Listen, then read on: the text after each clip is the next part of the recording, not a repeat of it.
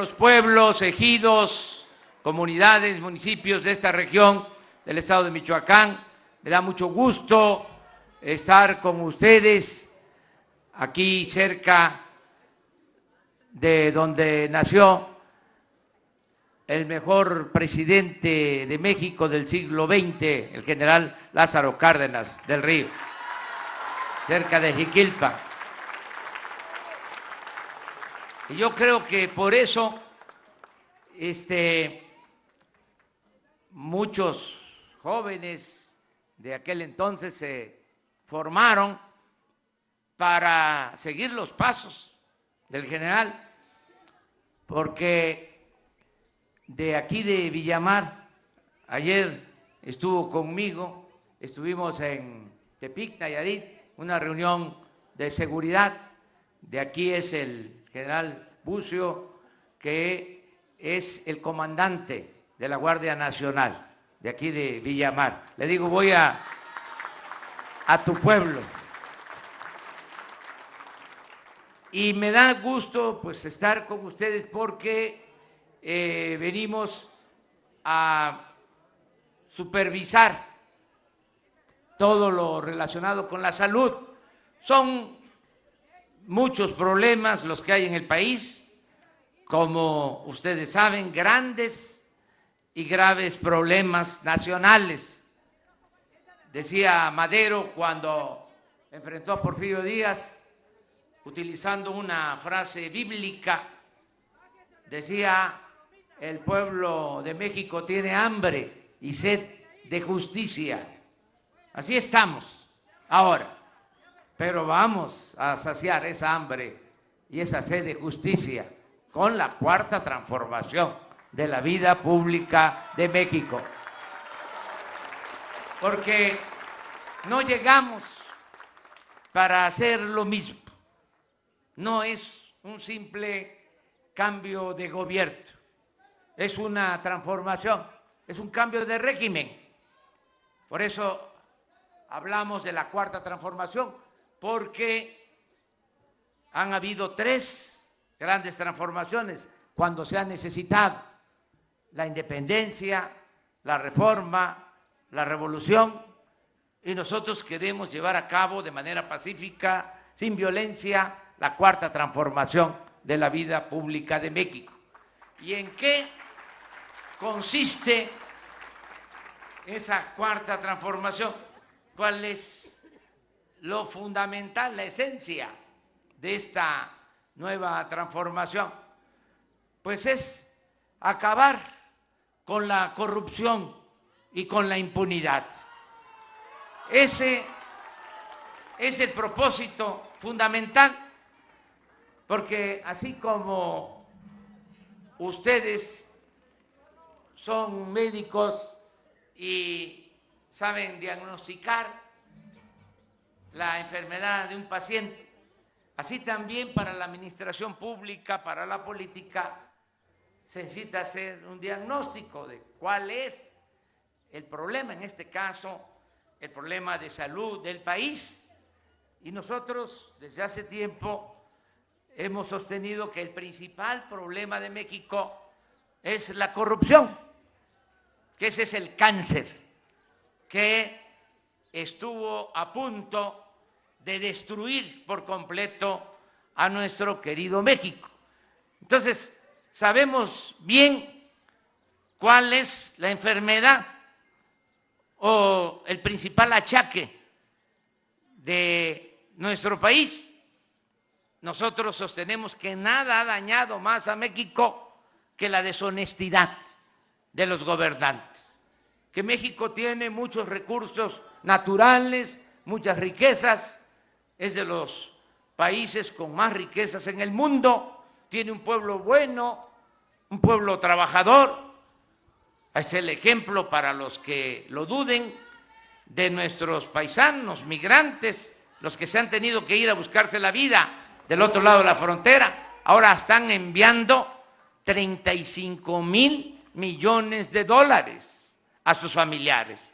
Y esas remesas, lo que envían nuestros paisanos migrantes, es la principal fuente de ingresos que tiene nuestro país. ¿Qué demuestra esto? Que nuestro pueblo no es flojo, no es indolente, es un pueblo trabajador. Entonces, si hay riquezas en México y tenemos un pueblo trabajador, ¿por qué tanta pobreza? ¿Por qué tanto abandono? ¿Por qué la marginación?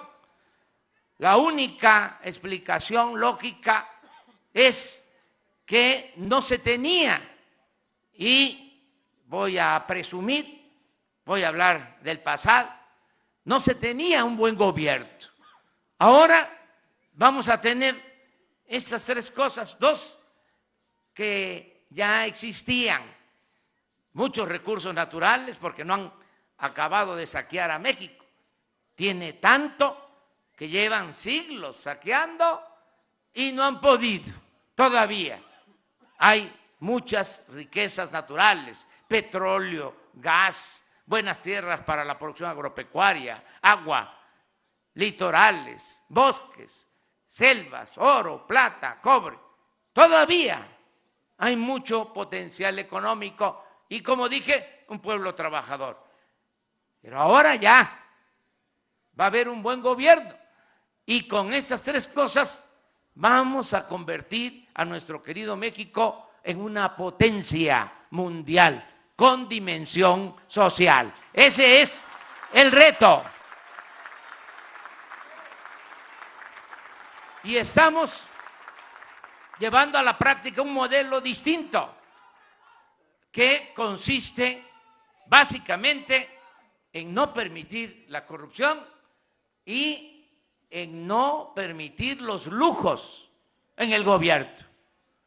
Es decir, que el gobierno sea austero, que no haya derroches en el gobierno. Y vamos avanzando. Les voy a poner algunos ejemplos. Primero, pues ya se logró reducir considerablemente el robo de gasolinas. Se robaban 800 pipas diarias y no se hacía nada porque existía complicidad entre autoridades y delincuencia. Ya se redujo ese robo en un 95%. El año pasado se robaban 65,000 millones de pesos. Este año se ha reducido, decía, en un 95%, lo que va a implicar un ahorro de 50,000 millones de pesos. No fue fácil, porque quisieron jugar a las vencidas, hubo sabotaje, nos rompían los ductos para que no hubiese abasto de gasolinas, pero la gente nos apoyó, aguantó, resistió, hacía colas, se tardó padeciendo de desabasto como 3 semanas, pero la gente respaldó al gobierno y logramos vencer al llamado huachicol. Ya está decidido, no va a haber huachicol ni arriba ni abajo, se acaba el huachicol. Pero esto, ¿por qué lo explico? Porque significa ahorrar 50,000 millones. Otro ahorro importante, otra decisión. A lo mejor ustedes aquí en Villamar no sabían que los de mero arriba, los potentados, no pagaban impuestos. Pagaba impuesto el pueblo raso, los campesinos, los obreros, desde luego los profesionales, los comerciantes, los pequeños, medianos empresarios. Pero habían los de mero arriba que no pagaban impuestos porque se les condonaban los impuestos. Los presidentes condonaban los impuestos de las grandes corporaciones económicas o financieras.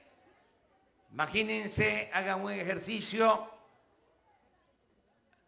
ustedes y piensen en una empresa, en un banco, la que consideren así grande, grande, grande y famosa. Pues esa empresa, ese banco, no pagaba impuestos y se perdía una recaudación de alrededor de 100,000 millones de pesos al año. Bueno, ya eso se terminó, ya no hay condonación de impuestos para los altos funcionarios públicos y ya se tiene ese ahorro. Lo tercero, como ejemplo, no había medicinas en los centros de salud, en los hospitales, y sigue sin haber, desde luego, pero saben que había presupuesto suficiente, 90,000 millones el año pasado para compra de medicamentos, pero 3 empresas vendían el 70% de todos los medicamentos. Era un monopolio que tenía el negocio de la compra de las medicinas y se robaban el dinero de las medicinas. Pues eso ya se acabó. Desde luego hay resistencias, pero ya no se va a permitir la corrupción en la compra de medicamentos. Y por eso vamos a tener medicamentos suficientes, no solo el llamado cuadro básico, sino todas las medicinas que requiere el pueblo para garantizar el derecho a la salud, como lo establece la Constitución en el artículo 4. Entonces, sí se están atendiendo las cosas, tenemos ya un plan para no permitir los lujos en el gobierno.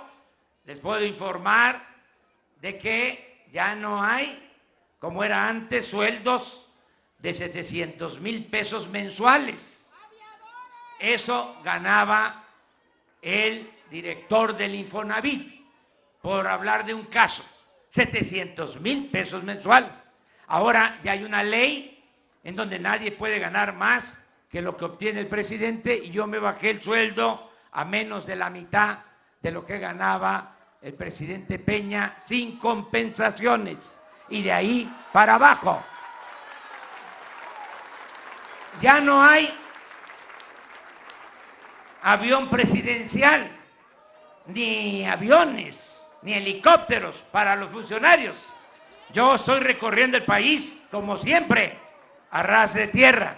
No llegué a Guadalajara o a Morelia en avión y de ahí en helicóptero a Villamar. No, por carretera, y así voy a seguirlo haciendo. Imagínense, si vengo en helicóptero, ¿cuándo me voy a dar cuenta de cómo están los caminos? Nunca. Pero además es ofensivo. Se compraron un avión, lo compró Calderón y se lo heredó a Peña, un avión así, de 25 metros de ancho por 70 de largo, un avión para 280 pasajeros, con restaurante, con alcoba, un avión que no lo tiene ni Donald Trump. Imagínense si me iba yo a subir a ese avión, no iba yo a ofender al pueblo de México, habiendo tanta necesidad y tanta pobreza. ¿Dónde está ese avión ahora? Está en California, está en venta y se van a vender 73 aviones y helicópteros. Se acaban los lujos en el gobierno. ¿Cómo llego aquí a Villamar? Pues sin guardaespaldas, porque ya no existe el Estado Mayor Presidencial. ¿Saben cuántos cuidaban al presidente? 8,000 elementos del Estado Mayor Presidencial. Ya todos esos elementos pasan a la Secretaría de la Defensa para cuidar al pueblo. Al presidente lo cuida la gente y el que lucha por la justicia no tiene nada que temer. Todo esto son ahorros. Ya no se les da pensión a los expresidentes. ¿Saben cuánto recibían? 5 millones de pesos mensuales. Por eso andan algunos ahí nerviosos e inquietos, pero ya se van a ir acostumbrando. Ya no hay atención médica privada para los altos funcionarios públicos. ¿Saben cuánto se tenía que destinar para pagar la atención médica privada a los altos funcionarios públicos? 5,000 millones de pesos al año. Se hacían hasta cirugía plástica, se estiraban a costillas del erario. Eso ya se acabó también. Y aquí me podría pasar mucho tiempo.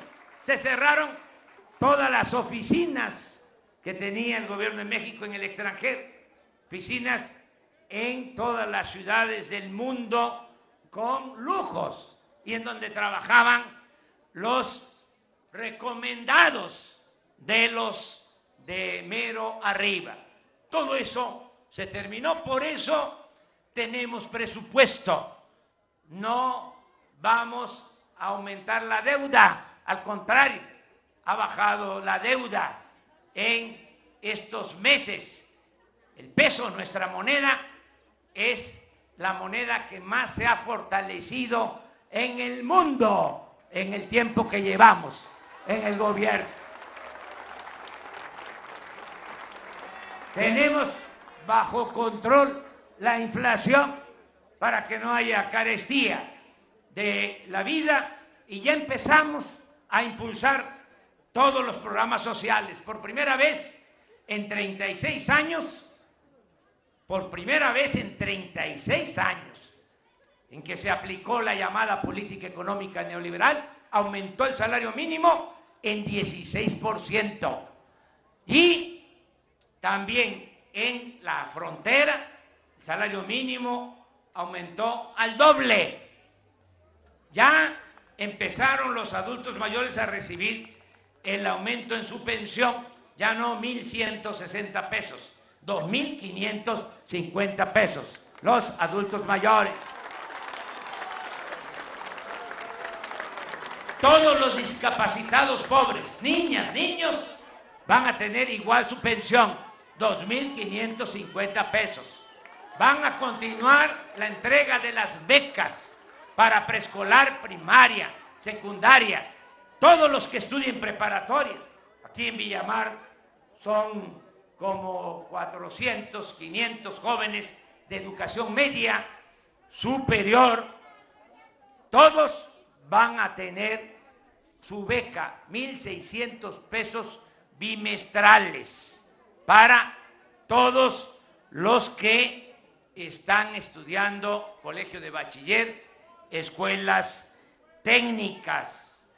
444 estudiantes de nivel medio superior, de aquí de Villamar, y así todo Michoacán, el que estudie nivel medio superior, su beca. ¿Por qué hacemos esto? Porque es ese nivel de escolaridad en donde hay más deserción, donde más se abandona la escuela y coincide con el nivel de la adolescencia. Es un nivel de mucho riesgo. Es preferible tener a los jóvenes estudiando que tenerlos en la calle. Por eso se les va a apoyar con estas becas y el que pase a la universidad de familia de escasos recursos económicos, 2,400 pesos mensuales de beca para que termine su carrera, su escuela. Y el que ya no estudia y no tiene empleo, jóvenes de 18 a 29 años, todos van a ser contratados y van a estar trabajando de aprendices en talleres mecánicos, en talleres electricistas, en despachos de contadores públicos, en despacho de abogados, en el campo, en el comercio, y se les va a pagar un sueldo mientras se están capacitando, 3,600 pesos mensuales. ¿Qué es lo que queremos? Que no se quede un joven sin estudio y sin trabajo, porque eso fue, entre otras cosas, lo que desató la inseguridad y la violencia. Se abandonó por completo a los jóvenes. Todo esto ya empezó, ya están llegando los apoyos para el campo, sigue lo que era antes el Procampo, nada más que mejor, porque se le va a seguir entregando apoyo a ejidatarios, pequeños propietarios, y dando preferencia a los pequeños productores, porque antes el Procampo era para los grandes productores. Ahora, en todo, vamos a darle atención especial a los pobres. Por el bien de todos, primero los pobres. Eso es la filosofía, la doctrina de nuestro gobierno. Y también otra cosa que quiero comentarles en general, ya nada se va a entregar a través de intermediarios. No es de que yo soy de la Organización Campesina Independiente General Lázaro Cárdenas o del Movimiento Obrero Ciudadano Michoacano o de la llamada sociedad civil y entrégame a mí el apoyo y yo lo voy a distribuir a la gente. No, primo hermano, ya eso ya se acabó. Así no.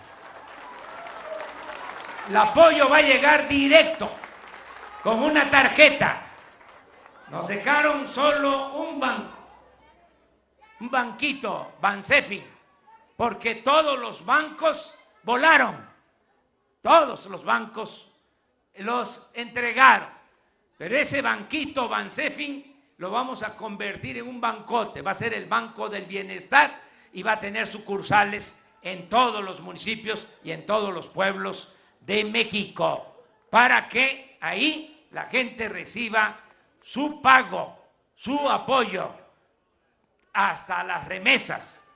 Y vamos a bajar, cuando funcione este sistema, el costo de pago por remesas, porque está muy alto. Vamos a utilizar esta nueva banca para el bienestar y para entregar de manera directa los apoyos, las becas, el apoyo adulto mayor, todo va a llegar con tarjeta, porque si no, no llega, o llega incompleto, llega con moche, con piquete de ojo. Por eso también están enojados algunos dirigentes de organizaciones, también que se vayan tranquilizando, pero yo no voy a dar ni un paso atrás. Se acaba la corrupción en general en el gobierno.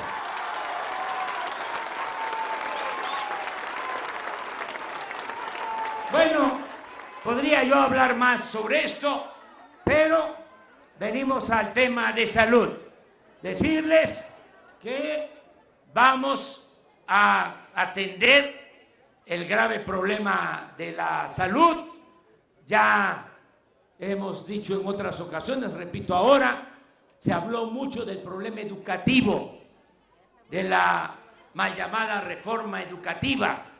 Hubo polémica, se dividió al pueblo, unos a favor, otros en contra, y se abandonó hasta la discusión, hasta la polémica, hasta el debate en lo relacionado con la salud. Y desde mi particular punto de vista está peor el sistema de salud que el sistema educativo. Nada más que el sistema educativo se politizó porque se aplicó la mal llamada reforma educativa y no se hablaba de lo que estaba sucediendo en el sistema de salud. Aquí me entregó el doctor Alcocer un dato que explica cómo nos dejaron el sistema de salud nacional. Es un dato revelador del abandono a la salud, como el abandono a la educación, como el abandono al campo, como todo. Pero en materia de salud, miren, hay 270,000 médicos, para ser exactos, 270,600 médicos generales en el país. 270,600 médicos generales en el país. Y debemos de tener, de acuerdo a la norma internacional, 393,600. Es decir, nos faltan 123,000 médicos en el país. ¿Por qué este faltante de médicos? Porque no aceptaban a estudiantes de medicina en las universidades, los rechazaban. Todavía en el último examen en la UNAM presentaron para ingresar a medicina en la UNAM 13,711 aspirantes. 13,711 aspirantes. ¿Saben cuántos ingresaron? 211. ¿Cuánto ingresaron en este caso? El 2%. Entonces, por eso el rezago. Nos faltan médicos generales, nos faltan especialistas y así tenemos que resolver el problema de salud. Entonces, hemos decidido crear el Instituto de Salud para el Bienestar. Instituto de Salud para el Bienestar. Y se va a manejar todo el sistema de salud en dos grandes vertientes. Primero, la atención médica a los asegurados, lo que ustedes llaman el sistema ordinario del IMSS y del ISSSTE. Eso continúa. IMSS, ISSSTE continúa para asegurados. Y se va a crear, ya está en trámite la nueva ley de salud para constituir el Instituto de Salud para el Bienestar, que va a atender a la población que no tiene seguridad social, es decir, que no es derechohabiente, la población abierta, la población más desprotegida, la más pobre. Esos dos campos son los que tienen que ver con la salud pública. En el caso del programa IMSS Bienestar, va a continuar atendiendo a población abierta, así como se creó. Conozco bien este sistema porque se inició hace 40 años, 1979, y en ese entonces yo era director del Instituto Nacional Indigenista y delegado de Coplamar, en Tabasco, cuando inició este sistema. Lo conozco muy bien. Desde hace 40 años fue cambiando nada más de nombre. Primero era IMSS Coplamar, porque así nació, luego IMSS Solidaridad, luego IMSS Oportunidades, luego IMSS Prospera y ahora IMSS Bienestar. Pero lo que queremos es que este programa se fortalezca. Estoy haciendo un recorrido con los servidores públicos del sector salud por los 80 hospitales de IMSS Bienestar, que atienden a más de 3,000 unidades médicas rurales. Entonces, este sistema continúa, no se va a desaparecer. Eso es lo primero que quiero aclarar, porque empiezan a correr rumores y es mejor informar de manera directa. Continúa este sistema y se va a mejorar. Y el Instituto de la Salud para el Bienestar va también a ayudar. En el caso del IMSS Bienestar, ese instituto va a definir las políticas, es decir, va a definir las normas. Eso es lo que va a hacer el instituto. Y se va a ocupar de manera directa de 4 acciones. El Instituto de la Salud para el Bienestar, esta nueva institución. Primero, de que no falten las medicinas, de que se compren de manera consolidada todas las medicinas y los materiales de curación, porque les decía yo, hay presupuesto 90,000 millones de pesos, pero abusaban, cobraban doble, triple por las medicinas, los proveedores, todo esto por la corrupción y el influyentismo. Ahora, por eso me acompaña aquí la oficial mayor de la Secretaría de Hacienda, porque ella es la responsable de las compras consolidadas en el gobierno. Todo esto se está centralizando para ahorrar. ¿Saben cuánto compra el gobierno de medicamentos, de combustibles? Las compras en general del gobierno son de 1 billón de pesos. Entonces, con Raquel Buenrostro, que es la oficial mayor, tenemos un acuerdo de apoyarla en todo, que aguante todas las presiones y amenazas, porque son muchos los intereses creados, porque vamos a ahorrarnos cuando menos el 20% este año. Esto es 200,000 millones de pesos que se clavaban, para decirlo con toda claridad. Y ya en estos 7 meses ya llevamos, ¿cuánto, Raquel? 113,000 ahorrados. O sea que sí vamos a llegar a finales de año a la meta. Entonces se van a comprar los medicamentos y se van a distribuir los medicamentos. Y les hablaba yo que ya no va a haber cuadro básico, porque ahí hay una gran injusticia. El cuadro básico para el sistema ordinario tiene más claves o más medicinas. Ya el cuadro básico para este hospital ya tiene menos claves, menos medicinas. Y el cuadro básico para las unidades médicas rurales está totalmente reducido. No puede haber enfermo de primera, de segunda y de tercera. No puede haber mexicano de primera, de segunda y de tercera. Ya no va a haber eso. Todas las medicinas que se requieren.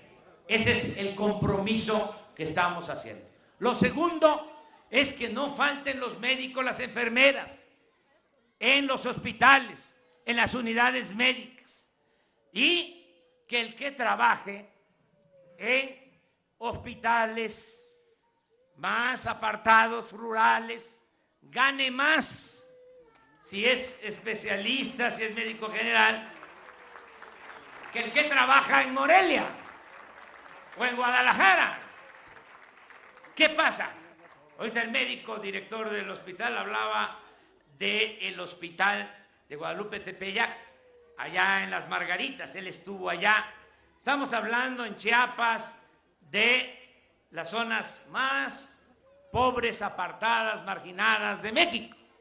Pues no quieren ir los especialistas allá, quieren estar en Tuxtla, quieren estar pues en San Cristóbal y no van allá. Entonces está bien que se queden en Tuxtla, que se queden en San Cristóbal, pero el que vaya al hospital de Guadalupe Tepeyac va a ganar más que los especialistas que trabajen en las ciudades. Vamos a tener cuidado de que no falten los médicos, que no falten las enfermeras. Ustedes ya saben lo que está sucediendo, no hace falta aquí decirlo, el director lo explica, me lo dicen los médicos, porque son honestos.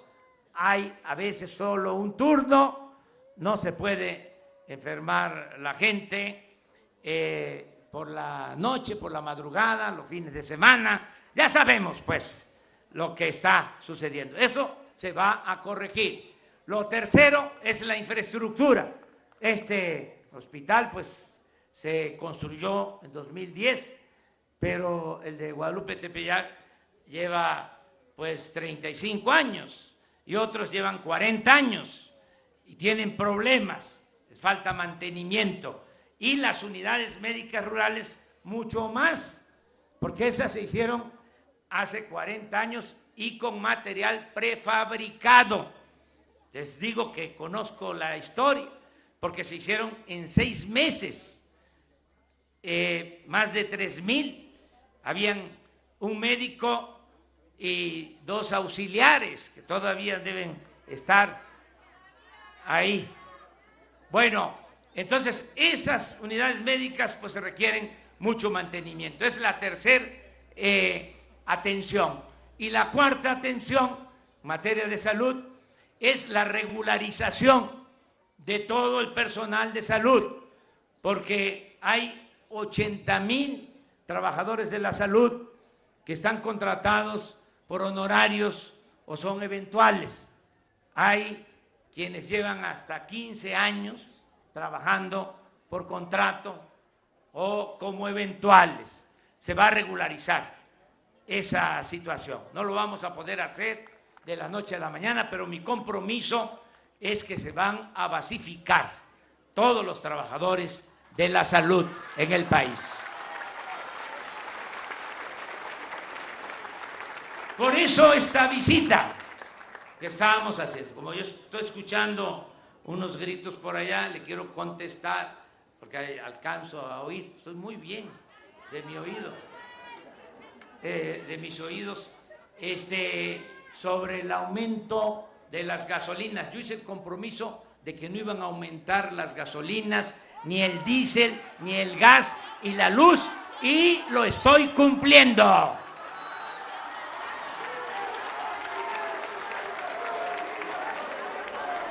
Nada más para que no haya desinformación. Les puedo probar que no han aumentado en términos reales los precios de las gasolinas, del diésel, del gas y de la luz, y que nos vayamos respetando. Yo no soy igual a los anteriores. Yo sé que ustedes tienen simpatías por algunos, pero mientras yo sea presidente no van a haber gasolinazos. ¿Se acuerdan lo de los gasolinazos, verdad? ¿O ya se les olvidó? Ah, bueno, eso ya no va a volver a suceder. Me dio mucho gusto estar aquí con ustedes en Villamar.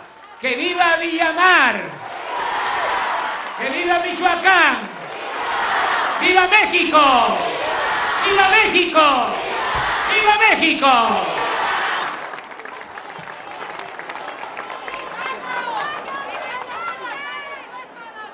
Por último, para concluir el programa de este evento, invitamos a los presentes a permanecer de pie para entonar con orgullo y respeto nuestro himno nacional mexicano.